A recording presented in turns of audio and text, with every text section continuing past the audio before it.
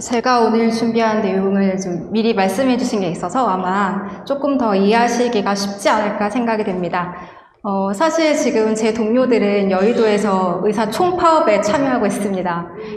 원래 3시가 예정이었었는데요. 근데 정부 측에서 이제 코로나를 이유로 집회 시작 3시간 전에 이제 집회 금지를 했는데, 이제 의협 차원에서 그냥 집회 강행하겠다라는 결정을 해서 지금 많은 수의 의사들이 여의도에 모여서 파업에 참여하고 있습니다. 그리고 저는 지금 이곳에서 여러분들 앞에 서 있습니다.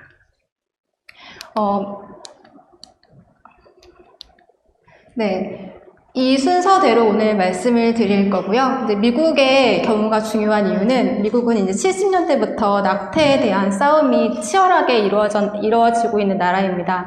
그래서 저희가 이제 앞으로 낙태법을 개정하고 그리고 이제 프로라이프 활동을 증진시키는 데 있어서 상당히 참고할 만한 부분들이 많습니다. 그래서 오늘 미국에 대해서 좀 자세하게 말씀 나눠보도록 하겠습니다. 네, 아까 말씀하신 것처럼 작년에 낙태죄 헌법 불합치 판결이 났고요. 이거는 이제 업무상 낙태죄로 기소된 산부인과 전문의가 헌재에 이게 위헌 판정을 내달라는 요청으로 시작이 되었습니다. 그래서 형법에 제시되어 있는 자기낙태죄와 그리고 의사낙태죄가 임산부의 자기 결정권을 침해하고 그리고 과잉금지 원칙에 위배된다는 이유로 재판관 4명의 헌법 불합치 그리고 3명은 단순 위헌 판결로 이제 불합치 판결이 났고, 결론적으로 올해 12월 31일을 기한으로 관련 입법을 개선하라고 촉구를 받았습니다. 이거는 이제 53년에 처음 낙태죄가 도입된 이후 66년 만의 일이고, 그리고 2012년 합헌 결정 후에 7년 만에 발생한 일입니다. 사실 우리나라에 낙태죄가 있긴 했지만 엄연히 불법임에도 굉장히 많은 수의 낙태가 이루어지고 있었습니다. 하지만 낙태가 불법이기 때문에 객관적으로 얼마나 낙태가 이루어지고 있는지에 대한 데이터는 우리가 찾을 수는 없고, 추정컨대 2005년에 약 1년에 34만 건의 낙태가 시행이 됐습니다. 이 중에 96%는 불법이었고요. 하지만 실제로 낙태죄로 기소가 된 경우는 매우 드뭅니다. 그리고 그 중에서 이제 실형이 선고가 된 경우는 2013년에서 2017년까지 3건에 불과합니다. 이처럼 기존의 우리나라는 낙태죄가 존재하긴 했지만 사문화가 되었었고, 그리고 불법이긴 했지만 낙태가 굉장히 만연하게 행해졌던 그런 나라입니다. 2017년 보고에 따르면 연간 약 5만 건이라고 이제 추정을 하고 있지만, 이제 산부인과 쪽이나 의학계 쪽에서는 저거의 최소 10배에서 20배 이상은 될 거라고 추정을 하고 있습니다. 약 성경험이 있는 여성의 10%, 그리고 임신 경험이 있는 여성의 20%가 낙태를 경험해봤다고 답을 했고, 이제 미혼이 47%, 동거나 사실혼이 13%로 이제 실제 법률적 결혼이 아닌 관계에서의 낙태가 많은 수를 차지하고 있었습니다. 낙태 당시에 이제 피임에 대한 정보를 살펴보면 이제 약 40%는 피임을 하지 않았고 47%는 불완전한 피임을 시행했다고 했는데, 이렇게 피임을 하지 않은 이유 중 가장 많은 수를 차지한 것이 임신이 쉽게 되지 않을 것 같아서 라고 답했습니다. 이처럼 성관계가 임신을 결과로 할 수 있다는 인식이 국민적으로 전반적으로 부족하다는 것을 확인할 수가 있었고, 그리고 낙태 시기에 대해서 살펴보면 대다수의 낙태가 이제 8주 이하, 그리고 거의 모든 낙태가 이제 12주 이하에 진행이 되고 있었는데요. 사실 4주에서 5주면 이제 태아의 심장은 이미 만들어지고 있는 단계이고, 그리고 8주에서 10주는 태아의 심장의 기능이 발달을 해서 이제 우리가 초음파를 통해서 태아의 심장 박동을 들을 수 있는 시기입니다. 그래서 현재는 이제 임신 22주라는 굉장히 모호한 기준을 가지고 임신 22주 이전이면서, 그리고 임산부가 충분히 자기 결정권을 행사할 수 있는 기간에 대해서는 국가가 생명보호의 수단을 달리할 수 있다. 즉, 이 말은 어느 시기까지는 인간이 아니기 때문에 국가가 굳이 그 생명을 보호하지 않아도 된다라는 뜻입니다. 그래서 이제 결정 가능 기관과 그리고 사회적, 경제적 사유를 고려해서 이제 임신의 여성의 결정권을 더 폭넓게 보장해야 된다라고 결정을 하였습니다. 말씀하신 것과 같이 그리고 낙태가 이제 헌법 불합치 판결이 나고 4일 만에 이제 이정미 대표 측에서 기다렸다는 듯이 개정 법률안을 발표를 했었고요. 그리고 이제 이건 어제 한겨레 신문 보도인데, 추장관이 이제 낙태 비범죄화 의지를 확고히 했다. 결국 모든 낙태를 전면적으로 합헌으로 하겠다라고 이제 발표를 했습니다. 그래서 여기서 이제 입법 관련 쟁점이 그럼 과연 낙태 허용 시기는 언제로 해야 될지, 그리고 허용 사유는 무엇을 해야 될지가 굉장히 중요한 이슈인데요. 이제 현재는 태아가 22주면 독자 생존을 할 수 있다고 말했지만 다 아시겠지만 만삭의 태아도 태어나서 독자 생존을 할 수 있는 경우는 없습니다. 만삭의 태아도 태어나면 부모의 도움이 필요하고 때로는 의료의 도움이 필요합니다. 그래서 독자 생존을 가지고 그 어느 특정 시기에 태아는 보살피지 않아도 되고 그 이후에 태아는 보살펴야 된다라는 거 말하는 것은 의학적으로도 굉장히 근거가 없는 이야기입니다. 그리고 우리가 살면서 겪는 대부분의 일들이 사회 경제적인 이유인 것을 고려했을 때 저 이유로 낙태를 허용한다는 것은 사실 모든 경우에 대한 낙태를 합법적으로 허용하겠다라는 의미 말고는 달리 해석될 수가 없다고 생각이 됩니다. 하지만 우리가 이제 85년에 대법원 판례를 보면 이제 생명은 잉태된 때부터 시작이 되는 것이고 그렇기 때문에 태아도 고유한 인격체이다라고 이제 판결했던 사례가 있었는데요. 거의 한 20여, 30여 년 만에 우리 국가의 생명관이 얼마나 후퇴했는지를 보여주는 전적인 예라고 생각이 됩니다. 이제 이거는 실제 태아의 입체 초음파 사진인데요. 아마 대부분의 분들이 뭐 임신 몇 주 했을 때 과연 태아가 어떤 모습일지 아마 상상이 잘 되지 않으실 것 같습니다. 태아는 이제 임신 10주경이 되면은 불완전하지만 손가락, 발가락 운동이 시작이 되고요. 11주가 되면 거의 모든 장기와 팔, 다리가 형성이 됩니다. 그리고 이제 16주가 되면 호흡이 시작이 되고 17주, 18주가 되면 귓바퀴가 조금 더 발달을 하고 두상도 이제 거의 우리 성인의 모습과 비슷한 모양을 취하게 되고요. 그리고 이제 26주에서 28주가 되면 이제 손가락, 발가락들이 정말 섬세하게 다 형성이 되고 그리고 눈꺼풀이 거의 눈꺼풀과 콧구멍 이렇게 인간의 모습과 거의 다르지 않다고 말할 수 있는 고유한 객체가 형성이 됩니다. 그리고 이제 이때는 외부의 자극에도 반응을 할 수 있어서 자궁 안에서 소리도 들을 수 있고 그리고 빛에 반응을 할 수도 있습니다. 이제 다음으로는 이제 미국의 상황에 대해서 좀 말씀을 드려보고자 합니다. 이제 2018년 여론조사에 따르면 약 60%의 미국인들은 모든 낙태가 합법적이어야 된다고 답변을 했습니다. 하지만 이와는 대조적으로 트럼프 대통령은 이제 선거 이후 대선 운동 당시부터 그리고 지금까지 지속적으로 낙태에 대해서 이제 반대에 대한 견고한 입장을 밝히고 있는데요. 하지만 트럼프도 처음부터 낙태를 반대하는 건 아니었습니다. 과거의 인터뷰에서 자기는 이제 프로초이스라고 밝혔고 낙태를 찬성한다 이런 입장을 밝혔던 분입니다. 하지만 그가 이렇게 낙태에 대한 상반된 입장을 취하게 된 거는 미국 내에서 있었던 보수주의 생명운동과 굉장히 관련이 깊습니다. 현재 미국에서 11개 주에서 낙태 금지법이 통과가 됐는데요. 이제 미국은 주마다 주법이 다릅니다. 그래서 같은 낙태 금지법의 타이틀을 갖고 있더라도 그 내용은 조금씩 다를 수가 있는데 제일 대표적으로 이제 우리가 한국에 소개되는 것은 태아 심박동이 감지되는 경우 낙태를 금지하는 태아 심장박동법입니다. 미국에서 이제 새롭게 이렇게 발표되는 낙태 금지법은 태어나지 않은 아이라도 한 명의 고유한 인격체이다. 그리고 73년에 있었던 로앤웨이드 판결이 현대의학적 사실과는 맞지 않는다는 것을 전제로 하고 있습니다. 그래서 낙태금지법의 주요 내용을 보면 일단 태아 심장 박동이 감지된 경우 그리고 그 경우를 하더라도 여성의 자발적인 동의가 없는 경우에는 낙태가 불가능하다. 그리고 또한 여성이 동의를 했더라도 낙태 시행 전에 다음과 같이 여러 절차를 거치도록 강제를 하고 있는데요.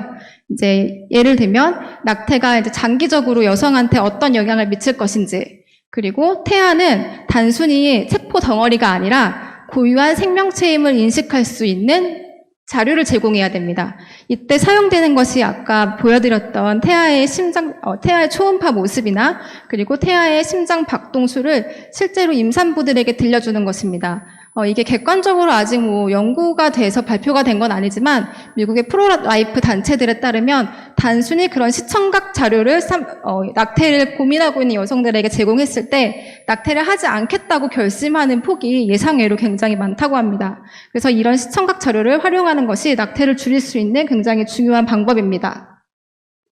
그리고 또한 이제 정부에서 낙태를 하지 않을 경우 어떤 도움을 줄 수 있는지에 대해서 이제 자세하게 소개하게 돼 있고, 그리고 우리나라는 사실 낙태는 거의 여성에게만 짊어지우는 그런 죄이기 때문에 여성계에서 반발이 큰 이유가 그러면 왜 여자만 같이 아기를 만들었는데 남자는 어디 가고 여성만 그거에 대해서 죄를 받아야 되느냐, 이런 거에 대한 반발이 굉장히 심합니다.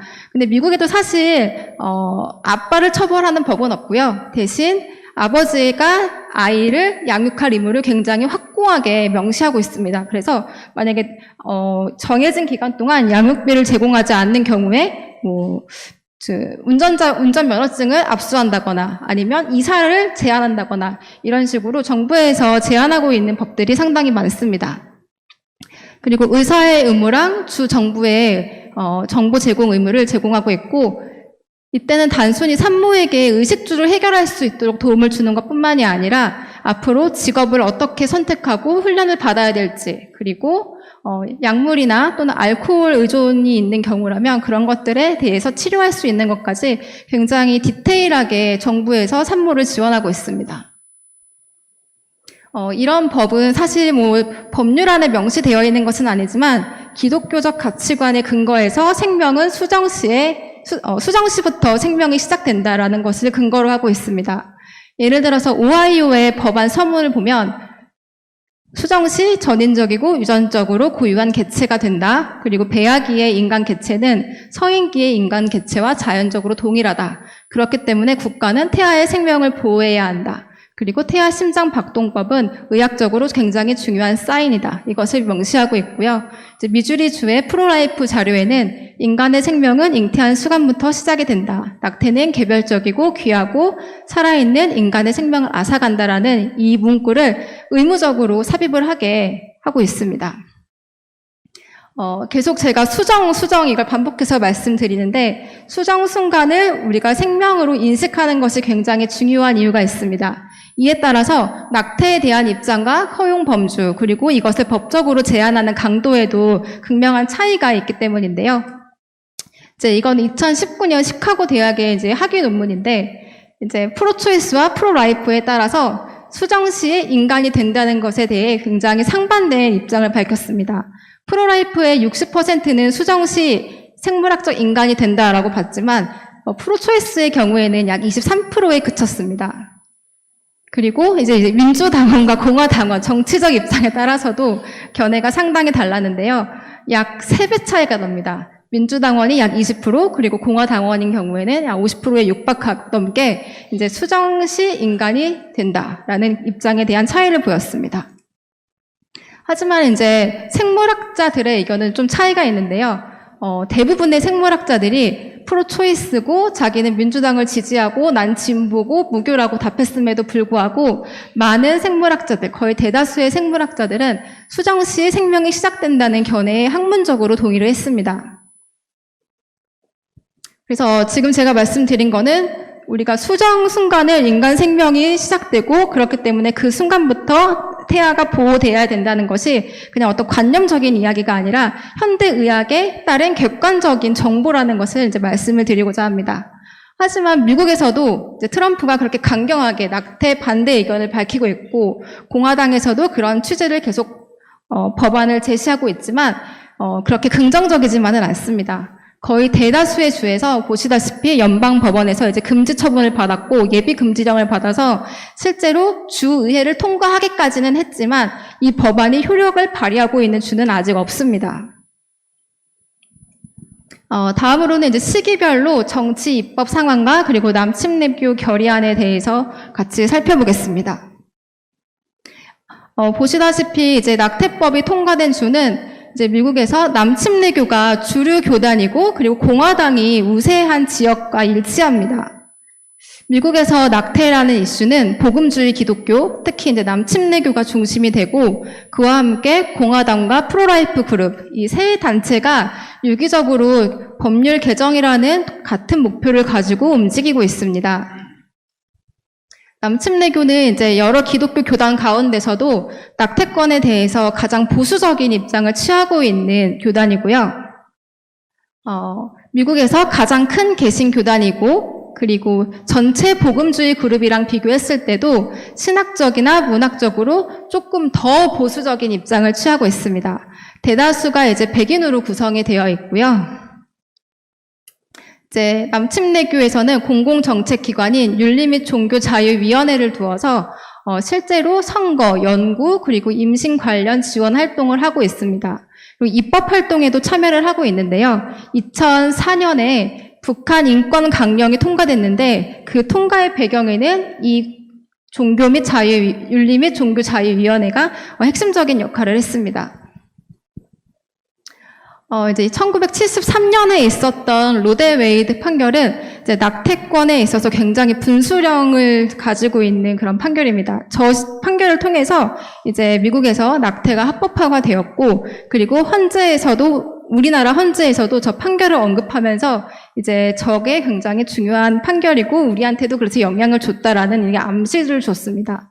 그래서 이 판결이 있기 전에는 사실 공화당은 낙태에 대해서 큰 관심이 없었습니다. 사실 이제 개인의 자유의 측면에서 오히려 낙태의 권리를 인정하는 입장이었고요. 하지만 이제 냉전이 끝나고 자기들의 정치적 아젠다를 가족주의 이슈로 전환하는 과정에서 이제 카톨릭과 보수주의자의 지지들이 필요했습니다. 그래서 이때부터 이제 닉슨 행정부부터 낙태를 공화당의 정책으로 확립하게 됩니다. 하지만 저 시기까지는 미국의 개신교단은 낙태에 대해서 전혀 관심이 없었습니다. 그래서 낙태 반대를 위한 유일한 합의체는 천주교 주교회 저 한 단체밖에 없었습니다. 그리고 오히려 남침례교는 71년과 74년에 로앤웨이드 판결을 환영한다라는 입장을 밝힐 만큼 낙태에 대해서는 상당히 좀 신학적으로나 도덕적으로나 우리가 생각하기에 거리가 먼 입장을 취하고 있었다가 이제 76년이 돼서야 처음으로 낙태권 반대에 대한 공식적인 입장을 표명합니다. 이렇게 남침례교가 10년 안에 낙태 찬성에서 반대로 돌아서게 된 것은 이제 신학적인 흐름과 굉장히 관련이 깊은데요. 이제 당시에는 성경의 무효성을 부인하고 성경을 상징적으로 해석하려는 진보주의자들, 기독교적 진보주의자들이 남침례교 교단의 메인스트림을 형성하고 있었습니다. 당시에 여러 가지 사례들을 보면 이제 주일학교 이사회 설문조사에서 70%의 목사님들이 낙태를 찬성한다라고 밝혔고요. 그리고 사설에도 로데 웨이드 판결에 의해서 종교의 자유와 인간의 평등 정의가 진보되었다라는 사설이 공공연히 실리기도 했습니다. 그리고 남침례교 신학교 폴 사이먼 교수는 하나님은 낙태에 찬성한다라는 입장을 밝히기도 했습니다. 이러한 흐름에 이제 보수주의자들이 위기의식을 느끼고 보수주의 회귀 운동을 벌이고 이제 그때 낙태 반대에 대해서도 복음주의적 프레임이 제시됩니다. 이제 79년에 에드리언 로저스 목사가 총회장으로 선출이 되면서 교단의 신학적 입장이 다시 보수주의로 회귀가 되고 이때부터 이제 낙태에 대한 본격적인 연구가 시작이 됩니다. 그래서 이때 낙태를 찬성했던 목사님들이 많이 회심을 하는 그런 은혜가 있었습니다. 이제 낙태에 대해서 이제 연구했던 몇 가지 사례 중에서 이제 아기라는 단어는 신약 성경에 8번이 나오는데요. 6번은 이미 태어난 아기를 지칭하는 거였고 2번은 자궁 속의 세례 요한을 지칭하는 것이라는 근거로 하나님께서 보시는 생명은 자궁 안에 있는 아기나 태어난 아기나 똑같다라는 그런 걸 근거로 사용했고 그리고 예레미야 1장과 시편 139장을 낙태를 반대를 확증하는 성경 구절로 주지하였습니다. 그리고 이제 의학 발달이 되면서 이제 수정란에 그 인간이 갖고 있는 모든 고유한 DNA가 존재한다라는 사실이 밝혀지면서 이제 이런 주장에 뒷받침할 수 있는 근거가 되었고요.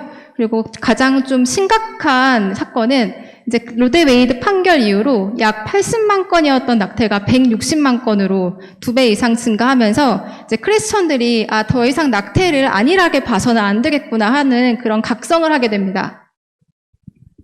이때 낙태 반대에 대해서 대중의 인식을 전환하는 데 중요한 역할을 했던 분이 이제 복음주의 선교사이자 그리고 목사님, 변증가인 프란시스 셰퍼 목사님이십니다.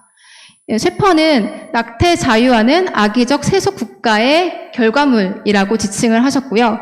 우리가 가정이라는 기독교 고유의 가치를 지키기 위해서는 낙태에 반대해야 되고, 그리고 우리는 이 흐름을 통해서 이 세상에 크리스천 중심의 법을 세워야 된다라고 설파했습니다. 그리고 낙태를 방치하는 것은 결과적으로 영아 살해나 안락사와도 연결짓는 굉장히 중요한 인권 문제라고 보았습니다. 이분이 주장했던 이러한 관점은 카톨릭이랑은 좀 상당히 차이가 있는데요. 카톨릭은 사실 사회적 복지적 명분으로 낙태를 반대했습니다. 근데 이 시기 이후에 여성 인권 운동이 시작되면서 이제 그런 소수자인 아기와 소수자인 여성의 인권이 부딪혔을 때 누가 승리하느냐? 이제 여성의 인권이 승리합니다. 그래서 이제 그 이후로 카톨릭에서 주장하는 저런 논제들은 이제 어느 정도 근거를 잃게 됐고, 미국에서 낙태 반대 운동의 흐름은 이제 개신교, 그중에서도 남침례교가 주도하는 그런 기류가 되었습니다. 이제 레이건 대통령도 사실 처음부터 낙태를 반대했던 건 아니고요. 주지사 시절에는 낙태 완화법에 서명을 했습니다. 하지만 이제 대선 운동이 들어가면서 낙태에 대한 확실한 반대 입장을 취했고요.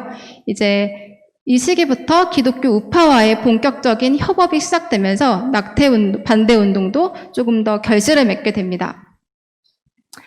이제 레이건 대통령이 했던 중요한 그런 업적 중에 하나는 이제 해외에 낙태 시술을 지원하는 비영리 단체에 정부의 지원을 금지하는 세계 금지 명령 법안을 통과시켰는데요. 사실 이 법안은 빌 클린턴 대통령이 됐을 때 다시 폐지가 됩니다. 그리고 이제 트럼프가 대통령이 되고 나서 2017년도에 다시 도입이 되었습니다. 그래서 남침례교는 지속적으로 낙태에 대해서 단순히 반대하고 임산부들을 도우는 역할뿐만이 아니라 이제 이것을 정치적인 아젠다로 끌고 가서 정치적인 입법 로비를 시작하고, 그리고 그것에 대한 구체적인 활동들을 시작하게 됩니다.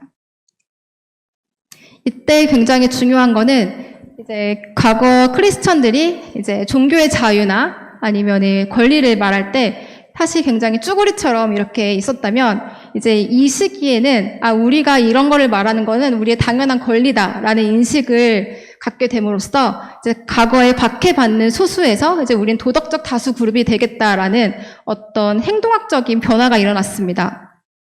그때 중요한 역할을 했던 분이 이제 파웰 목사님이신데요. 이분은 이제 모랄 메이저리티라는 단체를 설립해서 가족 가치를 위해서 직접적으로 선거나 정치에 개입하는 그런 연합을 구축합니다. 그래서 이분이 설립한 저 모랄 메이저리티가 사실 레이건 당선에 결정적인 역할을 했고요. 그리고 지미 카터가 기독교 학교 면세를 철회하고 이스라엘과 이집트의 캠프 데이빗 협정 중재를 했는데, 이것들에 대해서 이거는 성경적이지 않다라고 봄으로써 지미 카터에 대한 지지를 철회하게 하였습니다. 이제 아버지 부시 대통령 때는 가족계획협회 내 캐시 판결이라는 중요한 판결이 있었는데, 이제 캐시는 사실 펜실베니아의 주지사였고 저분은 민주당원이었습니다. 하지만 민주당원이지만 낙태에 대해서는 강력한 반대 입장을 표명하고 계셨던 분이신데요. 이제 저분이 이제 낙태를 어렵게 만드는 법을 통과시키자 이제 미국에서 낙태를 알선하는 가장 큰 클리닉을 운영하고 있는 가족계획협회가 이제 그 법은 위헌이다라는 소송을 냅니다. 그때 이제 걸고 넘어졌던 것들이 낙태 시에 배우자 동의가 필요하다. 그리고 미성년자는 부모의 동의를 받아야 된다. 그리고 낙태 전 동의서를 확보해야 된다. 그리고 낙태 전 24시간 대기해야 된다. 이 네 가지 항목에 대해서 이제 위헌 소송을 냈는데, 이제 배우자 동의 항목만 이제 위헌이라고 판결이 됐고, 나머지 항목에 대해서는 그대로 유지가 됩니다. 아시다시피 이제 클린턴 대통령은 굉장히 반기독교적이고, 그리고 이제 우리의 생명 윤리와는 반대의 입장을 취하는 많은 정책들을 이제 펴니다.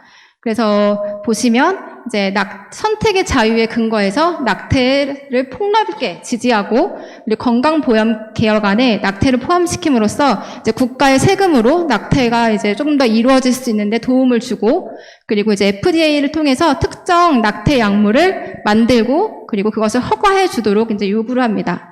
그리고 이제 낙태 클리닉 앞에서 프로라이프 활동가들이 이제 낙태를 반대하는 여러 가지 활동들을 할 때 그것들을 제한할 수 있는 그런 여러 가지 법안을 통과시킵니다. 남침내교는 이제 이에 대해서 명확한 반대 의견을 냈고요.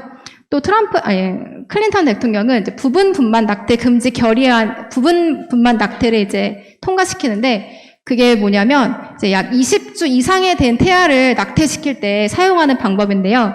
이제 태아의 하체를 이렇게 엄마의 배 밖으로 수술용 포셉을 이용해서 끌어냅니다.